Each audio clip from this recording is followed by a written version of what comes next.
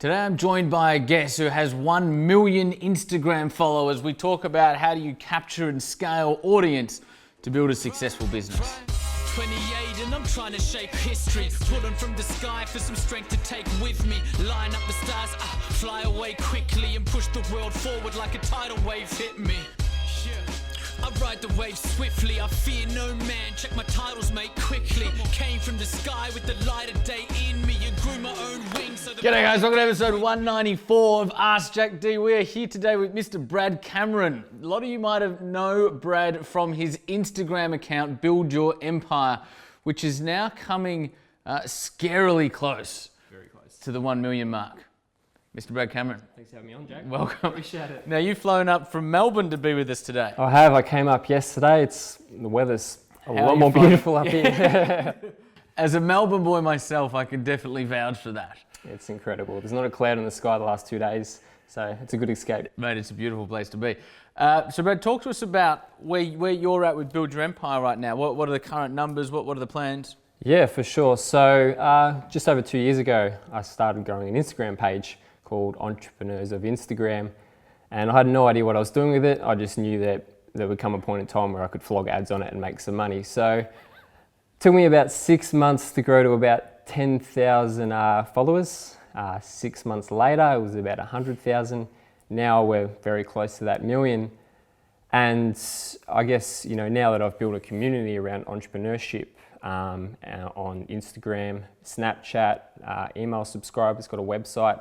Now I sort of want to take that to the next level and really build a, more of a real business where I have like a free digital magazine, getting an app developed. What else? I'm working on a productivity course, and then super long term, looking to like a membership model and, any other ways I can just help entrepreneurs all around the world. So, that's the sort of plan with that. So. Very, very cool.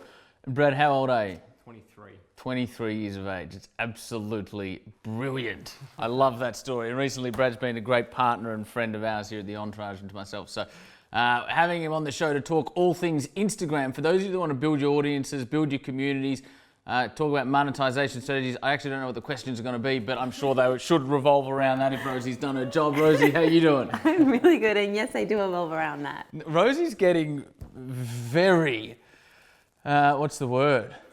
Strict is a perfect word, around time. Before every episode now, she actually starts her fucking stopwatch. Do I swear on our side? No, yeah, you do. And we now AskJackD is now timed and stopwatched.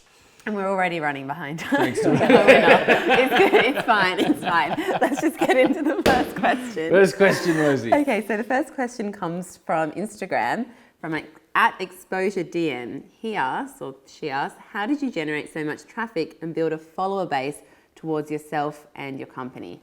Good. Bradley. Definitely. I think the main thing that you can do straight away, especially if you don't have a budget, which I'm assuming most people want, if they want to grow their Instagram, is do a thing called shout out for shout out. So what you do is you find someone with a similar following to you in a similar niche, and then you message that person. So you find them via email, the Kick, which is like a messaging thing. They usually put that in their bio, or you send them a direct message and you say, hey, if you promote me, I'll promote you. We'll both grow. It's win-win. There's nothing to lose.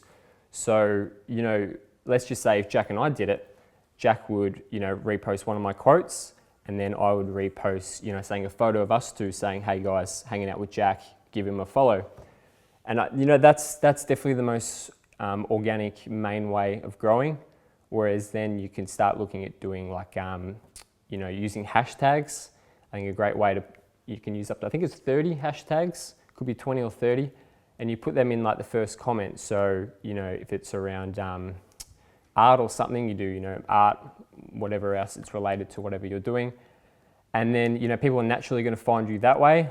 And then, on top of that, you really want to start building a relationship with your audience. So replying to comments, going through those hashtags and finding people that are actually related to what you're all about. So, let's say you're in property investing, a guy that's following your hashtags, that's all about it. You write a nice comment on his photo that's genuine, love this, whatever you're doing, blah, blah, blah.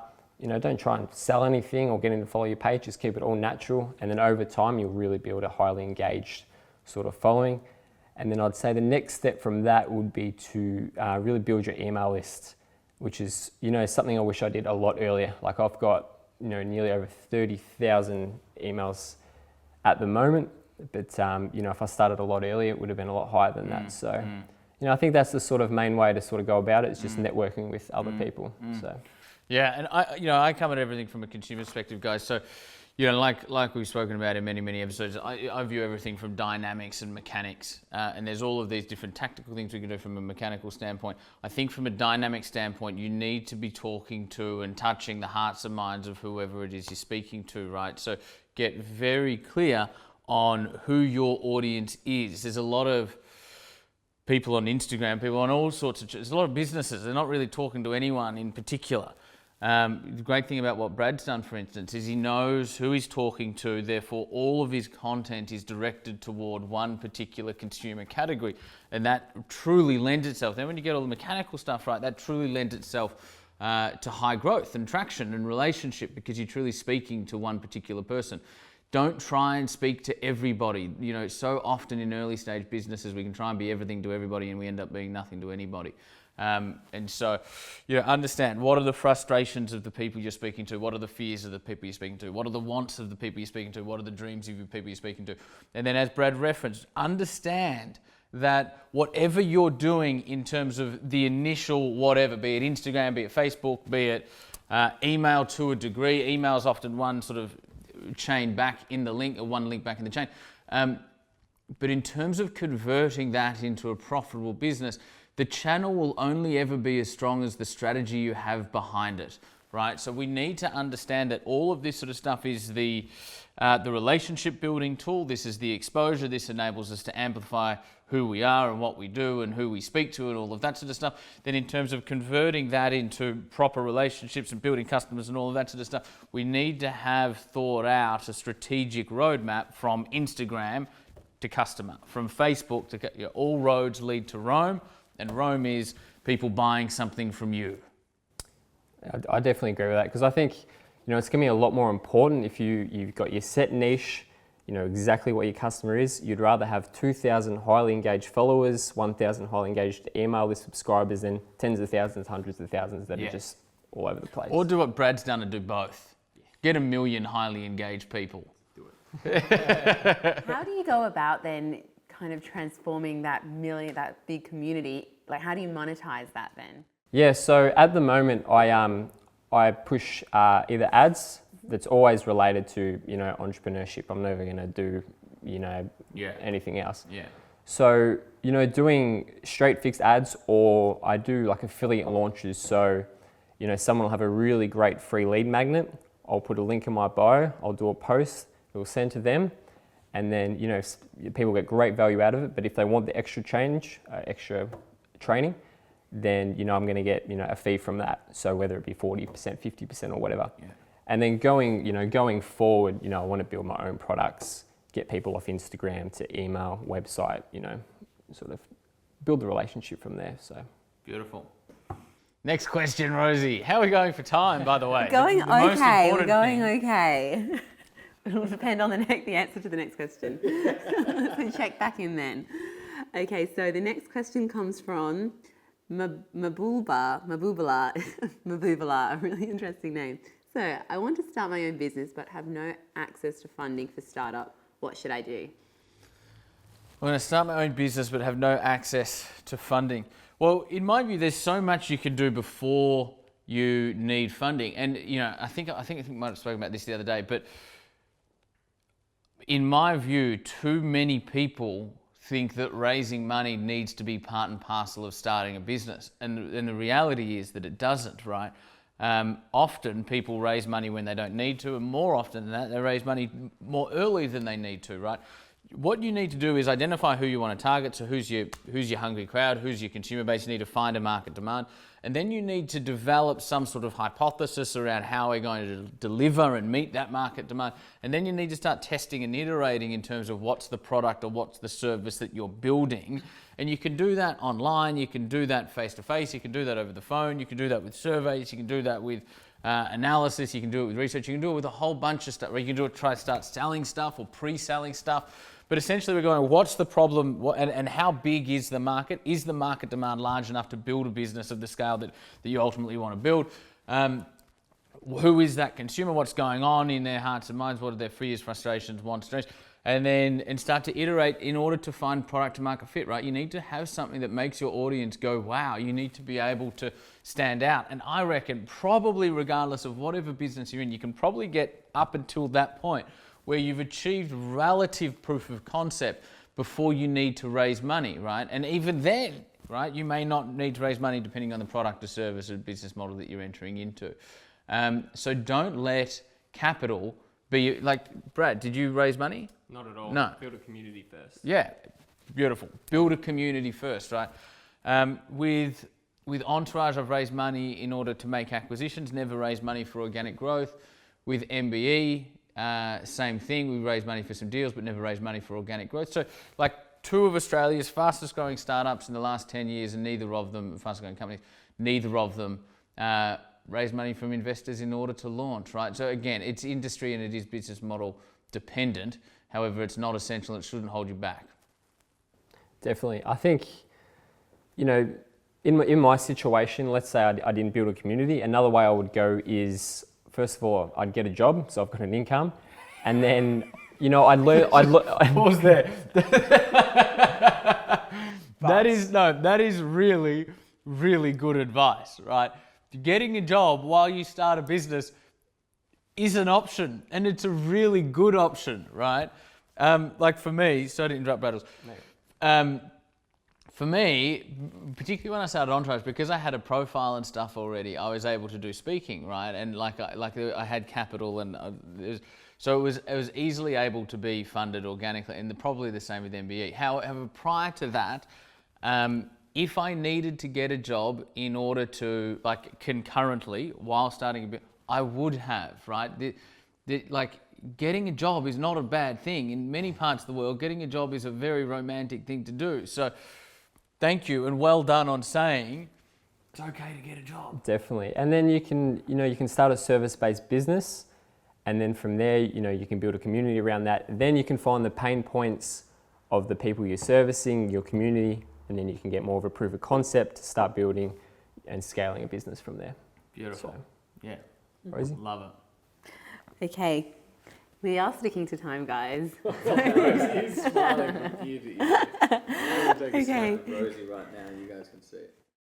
One of the must-haves when trying to create a business plan, I've managed busy restaurants for years, effective in operations and building teams, and can cook, but I want to open a restaurant and I'm not sure how to start. Good.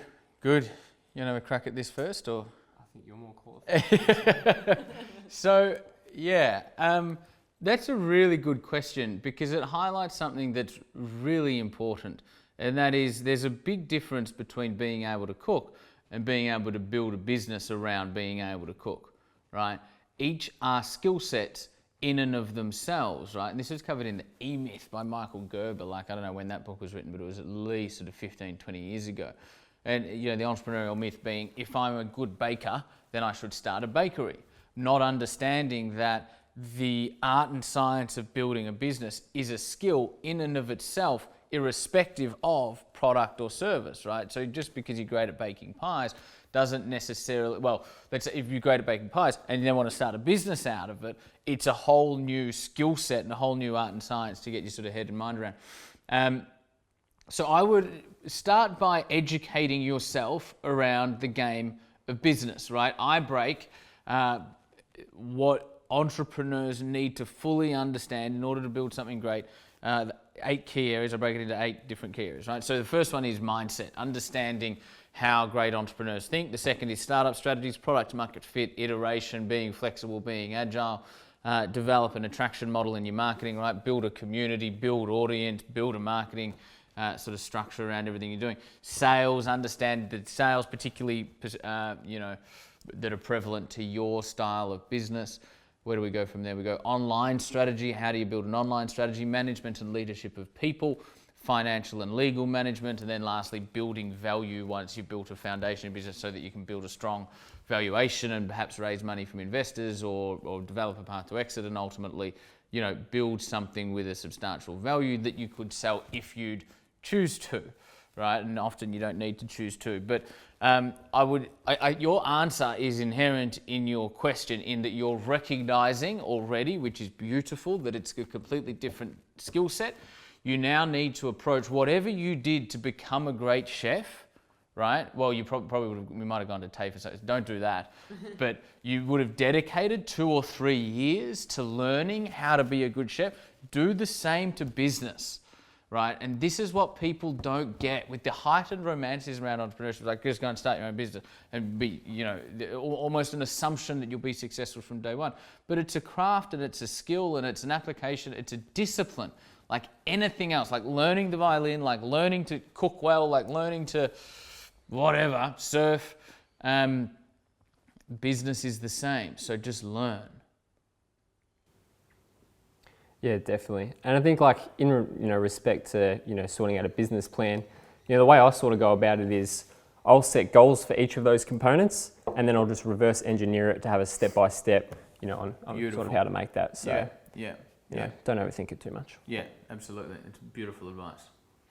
Okay, cool. So the next question comes from David Parsons, 94. He says, where do you find people to network with to find a mentor? To network with to find a mentor. Yeah, I think, figure out what industry you want to be in first. I think that's an important first step. And then from there, find out who those leaders are. So you might have to Google them, you might have to find them on Instagram or whatever, or, let's say you're starting even like a lawn mowing business and you want to start a franchise, find that person who's already got a franchise and then find ways to, create value from them. So whether you help them out for free, I think that's a great way to start. And then, after a month or so, they're going to start paying you, but you're going to be learning so much from them. And then, look at Jack and I right here. Like, I've figured out ways, I can help Jack. Like, I can send him traffic from Instagram or whatever. And then Jack can give me advice on building a back end of a business, and I can use him as a soundboard. And, that works as a mentor for me. But first, I have to give value to Jack before, I can ask for it back. So it's a really, really good point. And it's exactly what I used to do, right? In terms of find people that you want to build a relationship with, find people that you believe you can learn from, and then find a way to add value to them, whether that's work for free, whether that's help out from a cross-promotional marketing perspective, whatever it is. But think about, what do I have? Even if all you have is time, and you can go and work for free, right? So if you have nothing else, you have your time.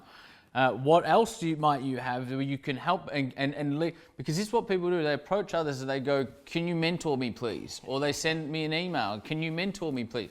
What Brad does is he comes to a book launch, he introduces himself, we start chatting, he delivers value, and so here we are sitting in my house in Mossman, Sydney, having a great discussion, right? And this is a relationship that will continue to build. I've got relationships today that I started 8 or 10 years ago doing exactly that strategy, right? So beautiful.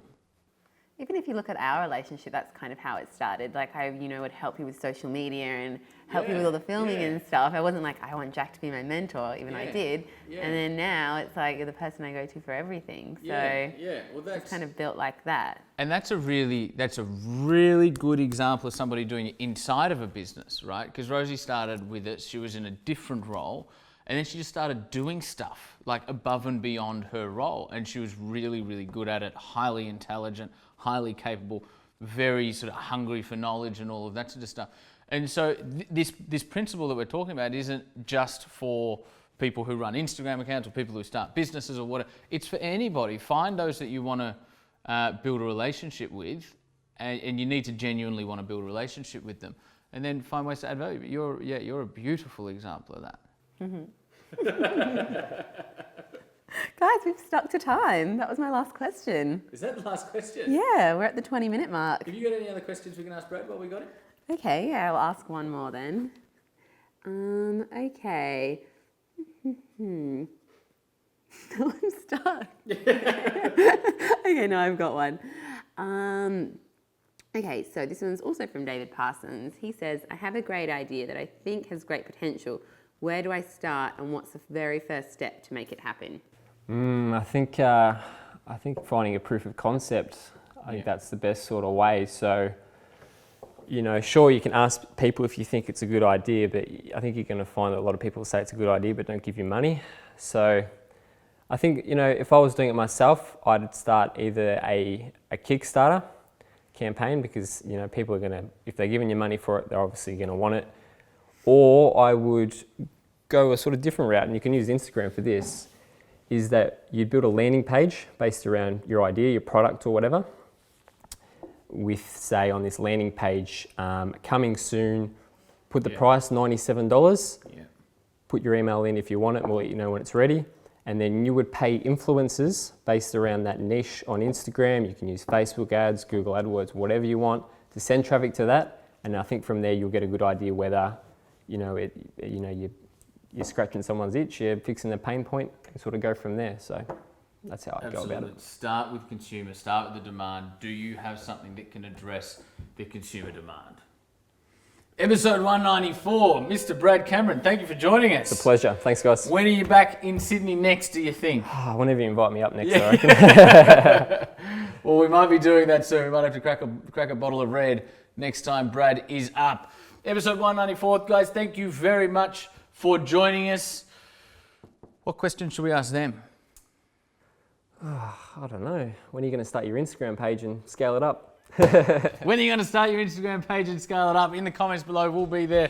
Chat to you guys soon.